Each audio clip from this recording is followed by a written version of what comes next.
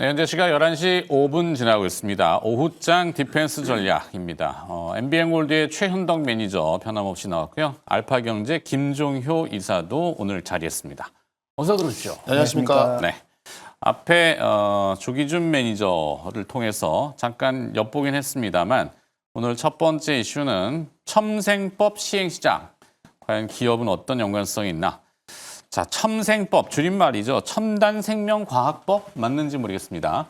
이 이제 뭐 우리나라의 그 고질적인 그 병폐라고 하면 병폐겠죠.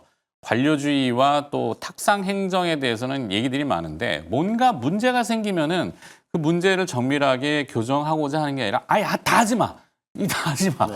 이게 막아버리는 거잖아요. 그래서 첨단생명법도 아마 그 줄기세포 치료, 그다음에 이제 유전자 치료 이런 것들이 문제의 소지가 있으면 하지 마. 이게 막아놨던 거를 그럼 막아놓는다고 되는 게 아니라 그럼 안 막혀 있는 일본으로 가서 치료받고 해외로 나가서 치료받고 이러잖아요. 그러니까 이 환자들한테 입장에서 보면은 상당히 답답한 법인데 이것을 좀 수정하고자 얘기가 나오는 것 같습니다. 그래서 이제 관련된 이슈가 올라오는 게 맞죠? 제가 지금 잘 얘기했나요? 네. 네, 너무 또 흥분해서 하면은 괜히 또 욕먹기 때문에 뭔가 자꾸 지적질을 하는 사람이 돼서 네. 그런 건 아닌데 하여튼 문제가 좀 있었어요. 자, 그럼 첨생법 그 개정안 정도의 시. 지적은 맞는 것 같아요. 제가 볼 때는. 아, 그래요? 네. 왜냐면 어쨌든 좀 막아놨기 때문에. 그러니까 우리 뭐 유전자 이 기술 같은 경우도 이제 국내에서 안 되다 보니까는 해외에 나가서 해갖고 다시 들어오는 경우도 많았고. 비싸게. 예. 그러니까 지금 어떻게 보면 첨생법의 뭐 최대 수혜를 볼 수 있는 쪽이 본다면 이제 이 카티 치료제라고 해서 이제 현존하는 고형암 치료제로는 가장 네. 탑으로 알고 있어요. 카티. 이게 또 원재료의 명이 있고 제품명이 또 따로 있어서 엄청 헷갈린단 말이죠. 그러니까 원래 이런 게 좀 들어가면 좀 이제 뭐 단어 자체도 좀 네. 생소하기 때문에 좀 그 많이 좀 공부를 해야 되고 그렇죠. 좀 볼 수밖에 없을 것 같은데. 카티 치료제의 카티 세포의 뭐 T세포 뭐 용어는 잘 모르겠지만 그 킴리아? 네. 이걸 쉽게 이해를 좀 그 하려면 어떻게 되냐면은 네. 그러니까 몸 안에 있는 세포를 뽑아서 이걸 어떻게 보면 이제 좀 이 전투력을 증가시킨 다음에 다시 넣어가지고 그렇죠. 이제 어떤 그 암세포라든가 이런 걸 공격할 수 있게 해주는 아. 그런 원리입니다. 자가 면역기 세포의 기능과 그러니까 이게 뭐 거부 반응이 있잖아요. 그런 걸 좀 줄이기 위해서 자기 몸에서 세포를 뽑아 정상 세포 뽑아서 거기다 그런 무기 것들을 이제 달아가지고 무기를 달아갖고 다시 넣어서 치료를 할 수 있게끔 해주는 네. 그러니까 그런 정도로 좀 이해를 하시면 될 것 같은데 이게 우리나라에서 금지가 돼 있다 보니까는 네. 뽑아서 뭐 미국으로 보내서 해가지고 다시 와서 하는 웃기는 뭐, 일이죠. 그러니까 시간도 많이 걸리고 보관도 기술이 해야 없는 되고 것도 아니고. 그러니까 그런 것들이 많이 막혀있던 건데 이런 거를 지금 풀 수 있는 그런 길이 열린 거고 그러니까 뭐 임상 시험도 뭐 간소화시키겠다라든가 뭐 그러면서 이제 어떤 신약 개발에 있어서 이제 좀 간소화시키고 좀 빨리 땡겨서 네. 그러니까 규제를 좀 풀어서 좀 빨리빨리 할 수 있게 해주겠다 뭐 이런 겁니다. 그래서 이게 어떻게 보면 국내에서는 좀 너무 기다렸던 내용들이고 그러다 보니까는 이런 거에 막혀서 이제 좀 되게 더디게 진행되고 있던 그런 신약 개발 기업들이 올라가고 있는 거고요.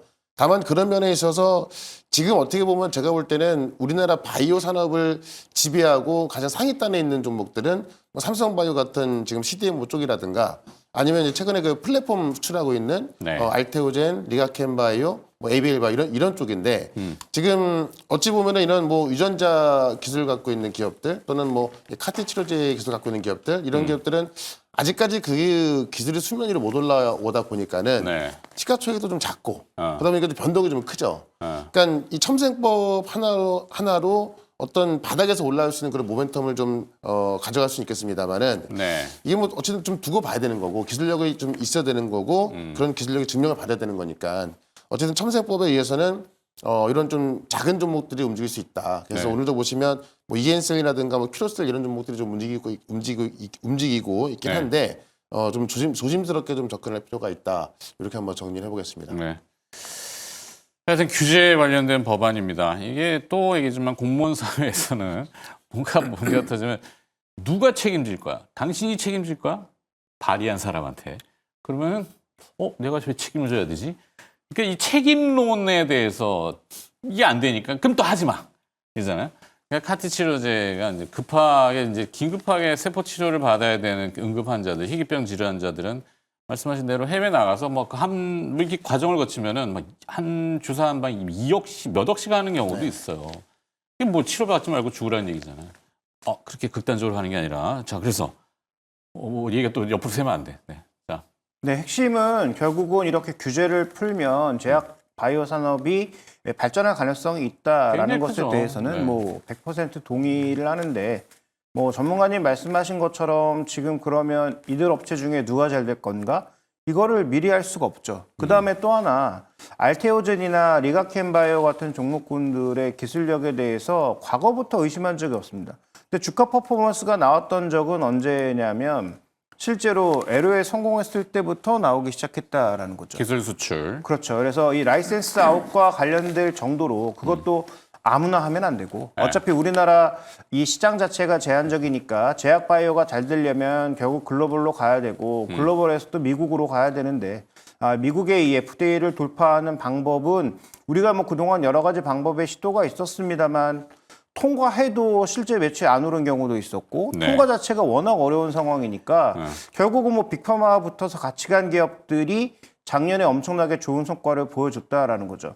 뭐 그런 의미에서 예전에 ABL 바이오를 저는 뭐 기대했었는데 뭐 최근에 주가 동향을 보니까 뭐 거래 터트리고 변동성 커지는 걸 보면 뭔가 재료는 외부로 드러나는 건 없지만 나온 게 아닌가 싶기도 하고 그래서 뭐 제약 바이오에서 지금 매력 있는 종목이 정말 있나는 저는 좀 고민스럽고요. 네. 그러면 애로를 미리 알 수 있나? 이건 뭐 더더욱 알 수가 없는 거죠. 그래서 제약 바이오에 대해서는 확실하게 두 가지만 결정하면 된다. 내가 어느 정도까지 리스크를 감내할 수 있는지를 일단 따져보실 필요가 있겠고 그게 예를 들어서 한 20% 정도라면 20% 정도는 주가 등락에 신경 쓰지 말고 정말 애로가 가능한 정도의 기술력이 있는지를 좀 점검해보고 그러면 과감하게 들어가서 그게 정말 현실화될 때까지 기다리는 것 외에 방법이 있나? 라는 거죠. 그래서 저는 이쪽에서 뭐 트레이딩 하시는 분들이야 뭐 거래량도 보고 차트도 보고 쫓아가시면 되겠지만 그게 아니고 정말 기술을 보고 애로를 보고 투자하시는 분들이라면 네. 이런 좀 장기적인 목표를 가지고 실패했을 때는 정말 그 20%가 다 없어질 수도 있겠다라는 그 정도의 각오가 아니면 이쪽에 대해서는 뭐 트레이딩 영역에 머무시거나 투자를 하려면 그 정도의 리스크를 좀 거는 것이 필요하지 않나 이렇게 보고 있습니다. 네. 하여튼 뭐 오늘 첨생법 얘기로 이슈가 됐지만 뭐 식약처도 마찬가지고 문제가 한두 가지가 아닌데 다들 그냥 덮어버리죠. 문제 생기려면 그냥 귀찮아 뭐 이렇게 되고 임상 3상을 우리가 안 가는 이유도 이제 임상 환자들의 그 모집을 하는데 절차와 비용 뭐 천문학적 비용이라고 하는데 우리나라는 보면 또 개인정보보호법에 또 탁 걸려요. 그게 뭐 이래도 안 되고 저래도 안 되고 그러면 또 지금 미국의 그 제약 관세 트럼프 대통령이 제약품에 대해서도 관세를 얘기하잖아요. 네. 그러면 미국 내에 공장을 가려면 돈이 있어야 되는데 무슨 돈으로 거기 가서 공장을 짓고 제기라리랜다. 그 원료는 또 중국에서 다 대부분 오는데 네. 그럼 여기서 중국에서 들여오던 거리가 저쪽 미국으로 던져가지고 또 할 거냐? 그냥 뭐 어쩌라는 건지 뭐 이래도 안 되고 저래도 안 되고 네. 미안합니다.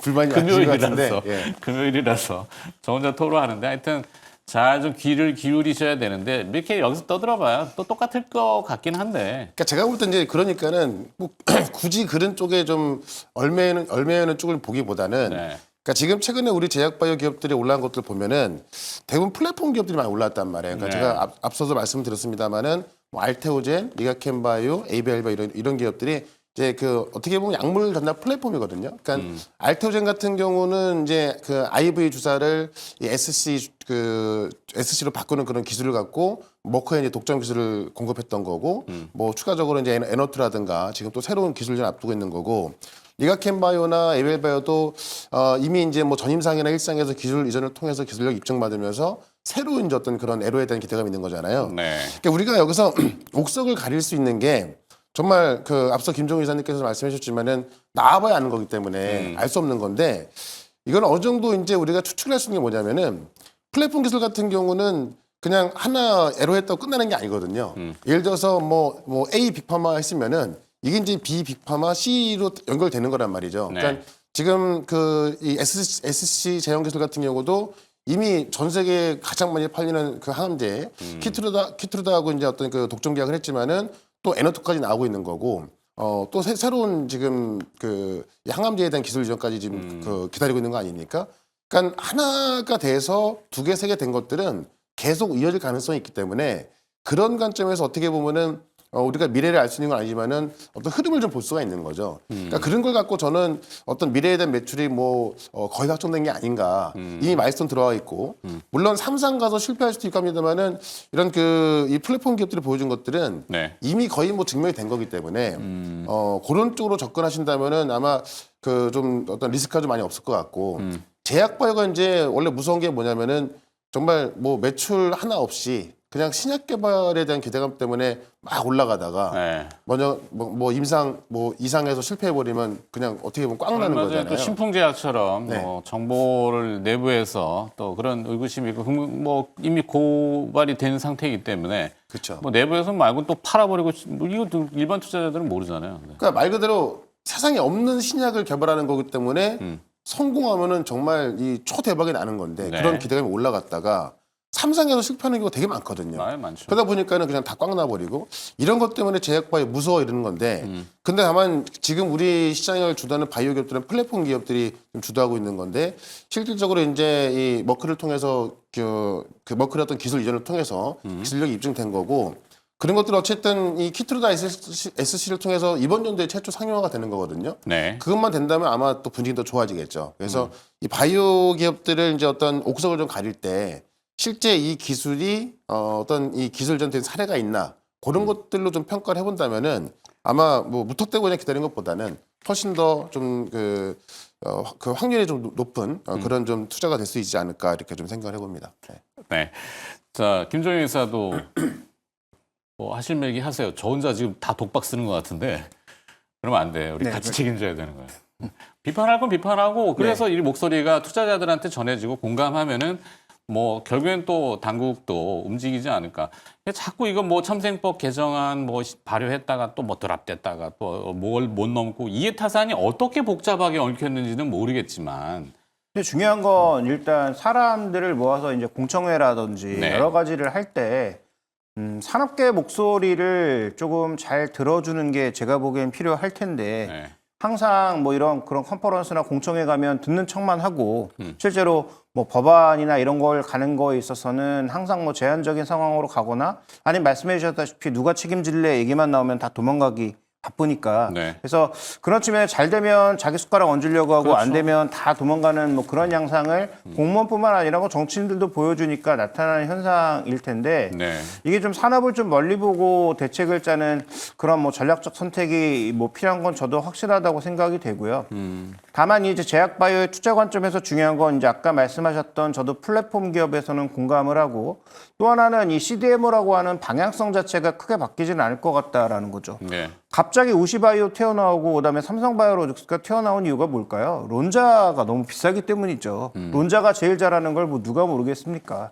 그다음에 후지필름, 일본의 후지필름도 100년간의 그런 계속적인 변화를 통해서 새로운 산업에 계속 적응하면서 잘하고 있는 거 다 알지만 그쪽 가서 하면 돈이 비싸니까 거기도 공장을 자꾸 더 싼 지역으로 옮겨가고 하는 건데 트럼프 대통령이 미국에 와서 하라는 좋은 얘기지만 네. 그게 과연 실제로 가능할까를 생각해 보면 CDMO를 잘할 수 있는 기업, 소위 얘기하면 반도체로 따지면 파운드리를 생산. 잘할 수 있는 기업에 대한 관심은 저는 첨생법뿐만 아니라 미국의 이제 생물보안법과 연계돼서도 충분히 좀 가능성 있는 부분이라고 봐서 그 두 가지 쪽에 집중하시는 게 지금은 어쨌든 좋지 않나. 물론 이 최현덕 매니저 말씀처럼 우리가 정말 기술을 잘 알아서 신약을 개발할 수 있는 기업을 고르면 정말 10배 우습게 날 수 있겠죠. 근데 네.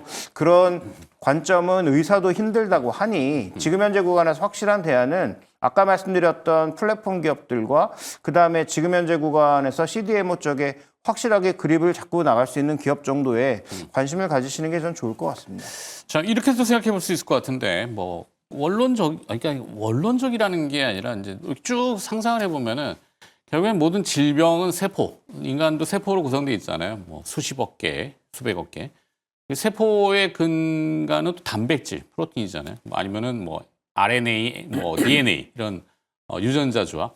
뭔가를 연구해가 요즘 AI 바이오 막 하는데 슈퍼컴퓨팅이 됐건 아니면은 양자 컴퓨팅이 됐건 AI가 됐건 인간의 질병을 뭔가 궁극적으로 예를 들어서 암이다.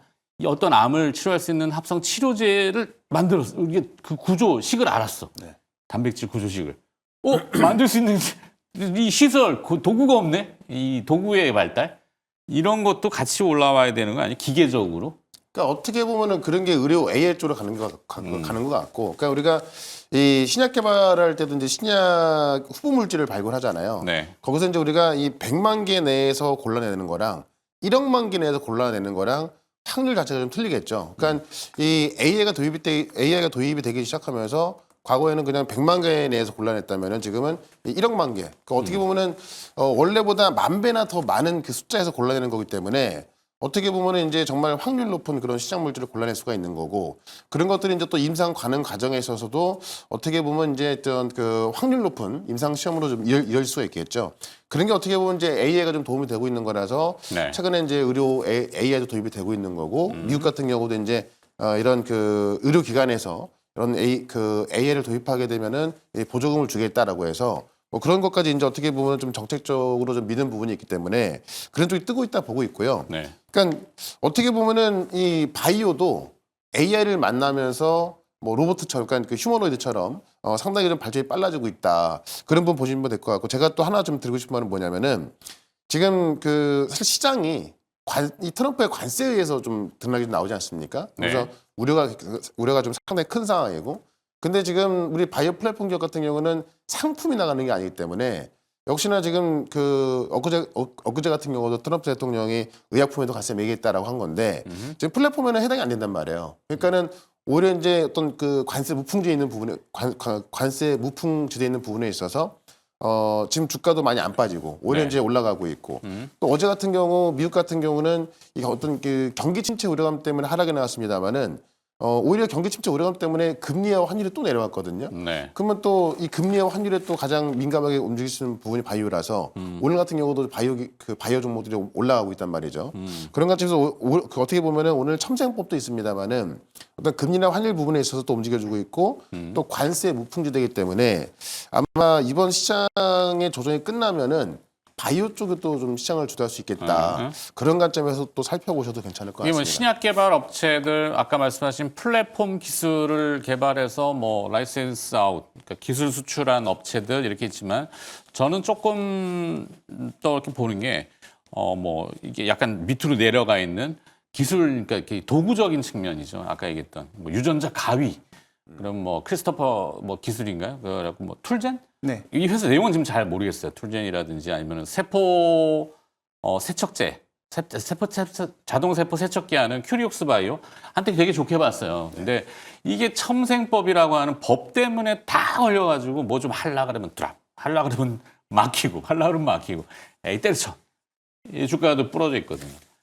아, 미안합니다. 또 흥분했어. 금요일이라서. 근데 그런 관점에서 보면 뭐 우리나라의 어떤 법안 제한으로 인해서 그다음에 자금력 부족으로 인해서 만약에 힘들어진다면 글로벌 시장에서 지금 뭐 미국 시장뿐만 아니라 그 중소형 제약 바이오들이 연구하고 있는 부분, 뭐 유전자 가위뿐만 아니라 다양한 연구하고 있는 부분을 복합적으로 담고 있는 XBAI라고 하는 그 바이오 ETF도 있죠. 네. 이건 대형주를 담고 있는 게 아닙니다. 어허. 소위 100개 정도를 동일 가중해서 중소형 바이오를 담고 있고 그 안에 이제 말씀하셨던 뭐 세포 치료제든 그다음에 뭐 크리스퍼 가위든 이런 쪽에 그 기술들을 담고 있는 기업들을 동일 가중으로 가져가고 있거든요. 네. 그럼 뭐 그런 쪽에 투자해 보시는 것도 하나의 뭐 대안이 될 아, 거고. 기업을 하나 선택하는 게 어렵다면은. 그렇죠. 그래서 저는 뭐 제약바에 투자할 수 있는 방법은 최근에 뭐 여러 가지 방법론들이 있으니까 뭐 여기서 논의된 부분뿐만 아니라 다양한 고민들을 해보시는 건 뭐 좋은 투자의 방법이 될 것 같습니다. 오케이, 좋은 방법입니다. ETF를 한번 고려해 보는 것도 좋다.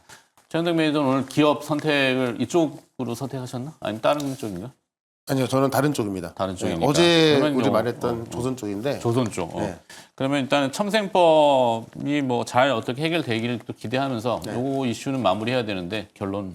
저는 결론은 첨생법이 시행됐다고 해서 오늘 이제 몇 개 좀 중소형주가 올라가고 있는데 네. 그런 거를 따라 붙기보다는 큰 그림은 어쨌든 좀 증명된 바이오 기업들이 올라가고 있는 거거든요. 그러니까 바이오가 무서운 게 그러니까 우리가 대박이 나기 위해서 아직 확인되지 않은 저 밑에 있는 싼 종목을 사갖고 10배, 20배 먹으려고 하는 게 아니라 네. 이미 증명된 기업들은 어느 정도 주가가 올라와 있긴 합니다만은 증명됐기 때문에 어떻게 보면 리스크가 좀 많이 사라진 거거든요. 네. 그런 기업들이 지금 최근에 외국이나 기관이 많이 매수를 하면서 좀 어떤 큰 흐름을 만들어가는 거기 때문에 이 바이오 쪽의 리스크를 확 줄일 수 있는 거죠. 그래서 뭐 너무 이제 막 돌려가지고 다른 기업을 찾는다기보다는 이미 알려진 기업들, 또 어떤 기술 이전을 통해서 그 증명된 기업들. 검증된. 네. 그러니까 사실 기술 이전이 빅파마로 몇 개 된 기업들은 이미 증명이 된 거기 때문에 사실 정말 대박이 나면 대박이 났지 그렇게 빠질 가능성은 거의 없다 보거든요. 네. 또 그런 것들이 어떻게 보면은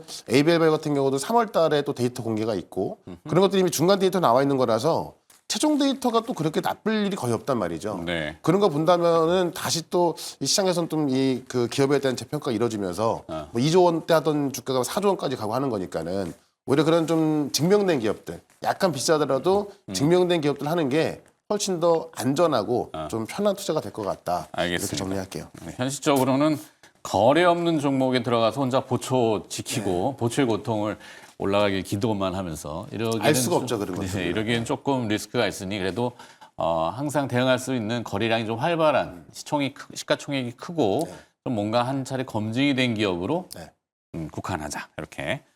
자, 두 번째 이슈로 가서 이것도 뭐 재밌는 흥미로운 이슈인데 미용기기. 이게 참 디바이스 우리가 뭔가 좀 잘 만들긴 해요. 손재주가 좋아서 한때 유전자나 이 세포 치료도 우리나라의 기술이 조금 많이 이슈가 됐었잖아요. 뭐 젓가락을 쓰는 문화라서 그렇다는지 잘 모르겠지만, 자 미용기기도 우리한테는 또 하나의 새로운 시장일 텐데 최근에 보면은 들썩들썩합니다. 왜 이렇게 주목을 받을까요?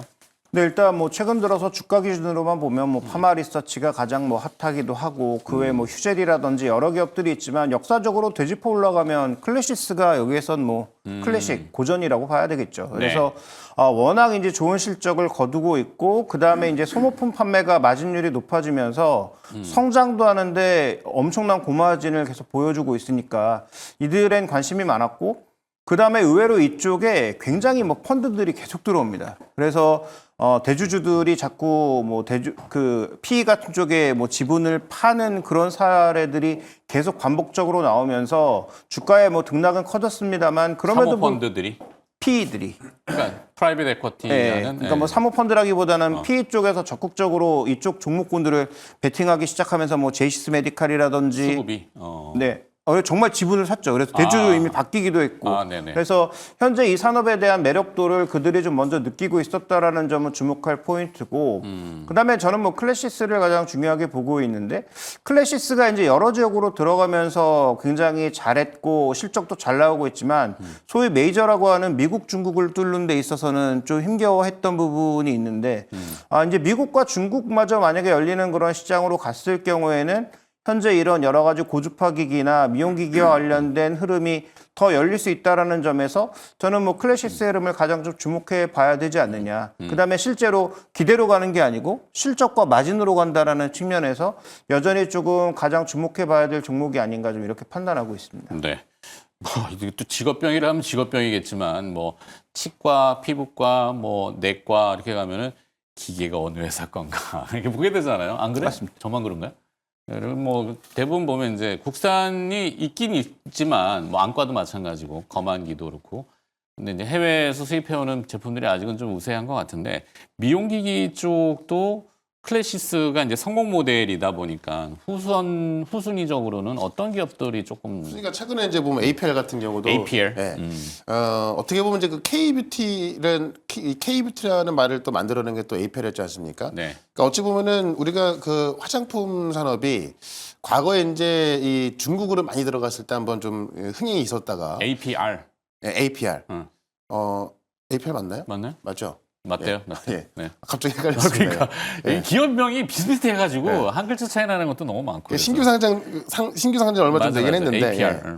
그러니까 이제 이 중국 바람은 불었다가 최근에는 이제 좀 미국 장 쪽에서 이제 어떻게 보면 우리 중소기업들이 좀 대박이 났죠. 그러니까 이 K뷰티란 말이 나올 정도로 이게 어떻게 보면 대기업이 들어가서 어떤 홍보를 통해서 판매를 많이 나온 게 아니라 정말 이 SNS를 통해서 어떤 그 인플루언서를 통해서 이제 좀 입소문 나면서 그런 것들이 매출이 많이 좀 나오기 시작하면서 어찌 보면은 이제 그냥 그 어떤 대기업에 진출한 것보다는 중소기업들이 어떤 그 인플루언서를 통해서 매출이 많이 나오다 보니까는 네. 그런 것들이 흥행이 돼서 어떻게 보면 이제 그 어떤 이 제조업체까지도 뭐 한국콜마라든가 같이 좀 따라가게 되는 경향이 크거든요. 그러니까 어떻게 보면은 과거에는 그러니까 그 중국향이었다면은 지금 미국향 쪽에서 매출이 많이 나오고 있어서 최근에 이제 그러고 나서부터 이제 수출 데이터를 항상 보게 되죠. 매달 1일, 11일, 30일 이렇게 나오는데 수출 데이터에 따라서 또 급등하기도 하고 또 급락하기도 하고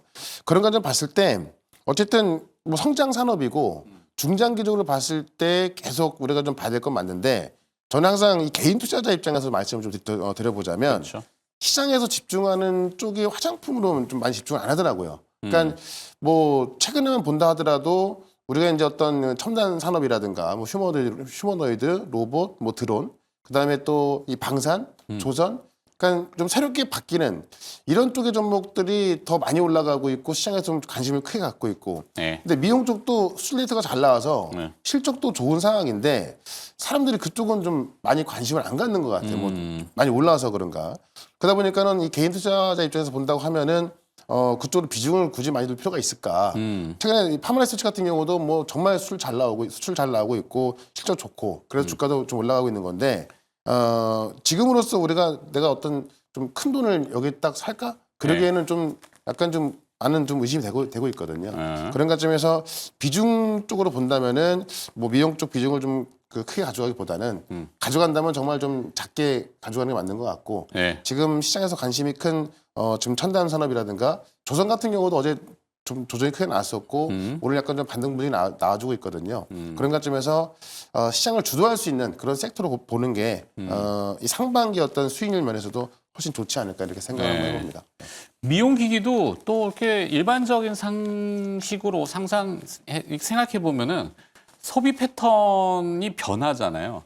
한때는 왜 영화다 그러면 극장에 가서 막 이 팔걸이 싸움 하면서 팝콘 먹으면서 대화면으로 큰 소리로 보던 영화에서 요즘은 이제 OTT가 대세가 되다 보니까 각 가정에서 보는 거 이런 형태로 변했지. 미용기기도 병원이나 가서 이렇게 뭘 촥 누워가지고 기다렸다가 뭐 이거 하는 번거로움이 있고 옷도 막 갈아입어야 되고 그게 개인 미용기기 자기가 퍼스널로 하는 집에서 편하게 막 누워가지고 하는 네. 이런 형태로 바뀌니까 미용기기 쪽도 그런 게 이제 각광을 받는 거죠. 네, 뭐 최근 들어서 이제 그런 종목군들, 그런 기업들이 뭐 대거 늘어나고 있고, 그러니까 우리가 어느 정도 광고를 보면 그 트렌드를 알 수 있는 게 게임이 한창 유행했을 때는 게임 광고가 소위 이제 뭐 케이블이라든지 그다음에 뭐 유튜브 광고라든지 이런 것을 막 맞아요. 점유를 하다가 광고 시장을 보면 요즘 뭐 세상을 알 수 있는 그래서 뭐 거죠. 최근 들어서 뭐 최근은 좀 덜하긴 한데 불과 얼마 전까지만 해도 유명 모델들이 모두 뭐 볼륨머니 뭐니 이런 식으로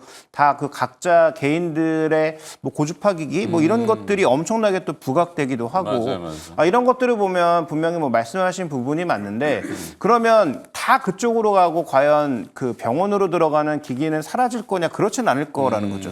또 맞아요. 이제 병원도 진화하더라고요. 맞습니다. 와서 불편했던 거를 쾌적한 환경에 대기하면서 뭔가 휴식을 취하는 뭐 인테리어도 막 물론 이제 그 비용이 측면이 있지만 병원도 요즘 많이 변하는 것 같아서. 그리고 이제 그 안에서 다음 매출을 또 올리기 위한 다른 것들을 또 그렇죠, 뭐 그렇죠. 굉장히 연결된. 이제 연결시키기도 하고 뭐 그러다 보니까 그런 측면에서 보면 저는 뭐 두 가지가 같이 는다라고 보고 있고 그다음에 병원 걸 만들었던 업체가 과연 개인 기기는 못 만들까라는 생각에서 또 보면 그렇지 않을 것 같아서 일단 선도주 중심으로 그래서 지금 뭐 파마리서치라든지 아니면 지금 뭐 제이시 메디칼은 뭐 최근에 거래가 안 되고 있으니까 과거엔 뭐 그 종목도 많이 봤었는데 어쨌든 클래시스하고 이 파마리서치 두 종목을 중심으로 또 휴젤 정도까지 우리가 이제 관심을 가져볼 만한 종목들이기는 하고 다만 항상 아까 이제 최현덕 매니저 얘기처럼 수출 데이터 발표될 때마다 예상치를 채우지 못하면 변동성은 굉장히 큽니다. 그렇죠. 그러니까 그런 정도는 이제 인지를 하시고 투자를 하신다면 저는 뭐 이쪽도 여러 가지 지금 뭐 험난한 일들이 남아 있지만 실적이 꾸준히 좀 늘고 있는 그런 대표적인 업종이라는 판단을 하고 있습니다. 알겠습니다. 자, 미용기기 쪽 따라봤고 뭐 기업도 몇 개 들어봤고 APR이 조금 눈에 들어오긴 하는데 다음은 오은장 디펜스 전략. 최현덕 매니저는 어떻게 하고 기업 선택 오늘 있다고 하니까. 네. 그러니까 이번 주 변동이 좀 약간 나왔던 시장인데 네. 우리 코스피 코스닥이 며칠간 계속 올라오다가 이제 어제부터 조정이 나와서 약간 좀 무서울 수 있는 뭐 그런 시장이고 조정이 더 커질까 봐. 네, 주말을 또 앞두고 있다 보니까는 뭐 오후장까지 봐야 될 것 같은데 저는 어제도 말씀을 드렸지만은 충분히 기회라 보고 있고요. 네. 왜냐하면 어제 조선주의 조정 같은 경우도 악재가 나왔던 게 아니라 우려스러운 목소리가 나왔던 건데 뭐 철강값 아까 호판 얘기 다루는데 네. 뭐. 네. 그러니까 좀 꽤 하락이 좀 크게 나왔죠. 근데 사실 우리가 그 팔란티어만 예를 들어 보더라도 네. 팔란티어가 지금 미국이 국방비 줄인다 그래갖고 빠진 건데 미국이 국방비를 줄이는데 팔란티어 매출을 줄인다는 게 아니거든요. 네. 일론 머스크의 말처럼 F-35 같은 쓸데없는 비용을 줄인다는 이야기고 오히려 팔란티어처럼 좀 비용을 아낄 수 있는 곳에 더 투자가 들어갈 수가 있고 네. 그러다 보니까는 팔란티어 같은 경우도 오히려 이제 반등 기미가 나오고 있는 상황에서 오히려 저는 뭐 조정 나왔던 방산, 뭐 조선 이쪽은 휴머노이드 로봇까지도 매수기를 보고 있고 네. 방산은 오늘 벌써 현대로템도 급등하고 있지 않습니까? 그런 관점에서 지금 기회가 될 종목들이 꽤 많이 있기 때문에 잠시 뒤에 그 기회가 될 종목 하나 또 바로 소개를 시켜드려보도록 하겠습니다. 알겠습니다. 최현덕 매니저는 또 기업 준비하러 움직여 주시고 김종현 이사도 오후장 대비하는 디펜스 투자 전략 어떻게 잡아가시겠어요? 네, 저는 뭐 한 수요일 정도부터 약간 기간 조정 가능성을 말씀드리고 있는데 이제 그날 이제 급등하는 바람에 굉장히 조금. 머쓱해졌는데 네. 어쨌든 지금 이렇게 이틀째 기간 조정 받고 있는 것은 전혀 나쁘지 않다. 그다음에 오히려 외국인들이 비교적 매물을 오늘 3천억 정도 지금 시간에 내놓고 있으면 뭐 중가 부근에 5천억 넘어갈 수도 있는데 이 정도의 물량을 이렇게 견조하게 소화해 준다라는 것은 시장의 대기 매수가 생각보다 굉장히 강한 거 아닌가라는 생각이고요. 기관 투자자들이 또 방어를 많이 해주고. 그렇죠. 네. 그러면 종목 대응에서는 뭐 아까 이제 최현덕 매니저 얘기처럼 기존에 주도했던 종목군들이 얼마나 잘 조정을 받는지를 살펴보는 거 가장 중요하지만 네. 신규 매수의 관점에서 보면 뭐 특징적인 종목군들이 몇 개 있단 말이죠. 예를 들어서 오늘 SL의 뭐 급등이라든지 그다음에 또 최근에 움직였던 종목 중에서 오늘 이슈로 인해서 올라가고 있는 뭐 동국제강이라든지 네. 그러니까 작년까지는 볼 게 아무것도 없어서 진짜 소외되고 거래도 없고 주가도 계속 내려가기만 했던 이런 종목군들이 아주 요만한 호재 하나 탁 터트려 주니까 그냥 주가가 뻥뻥 튀고 있단 말이죠. 네네네.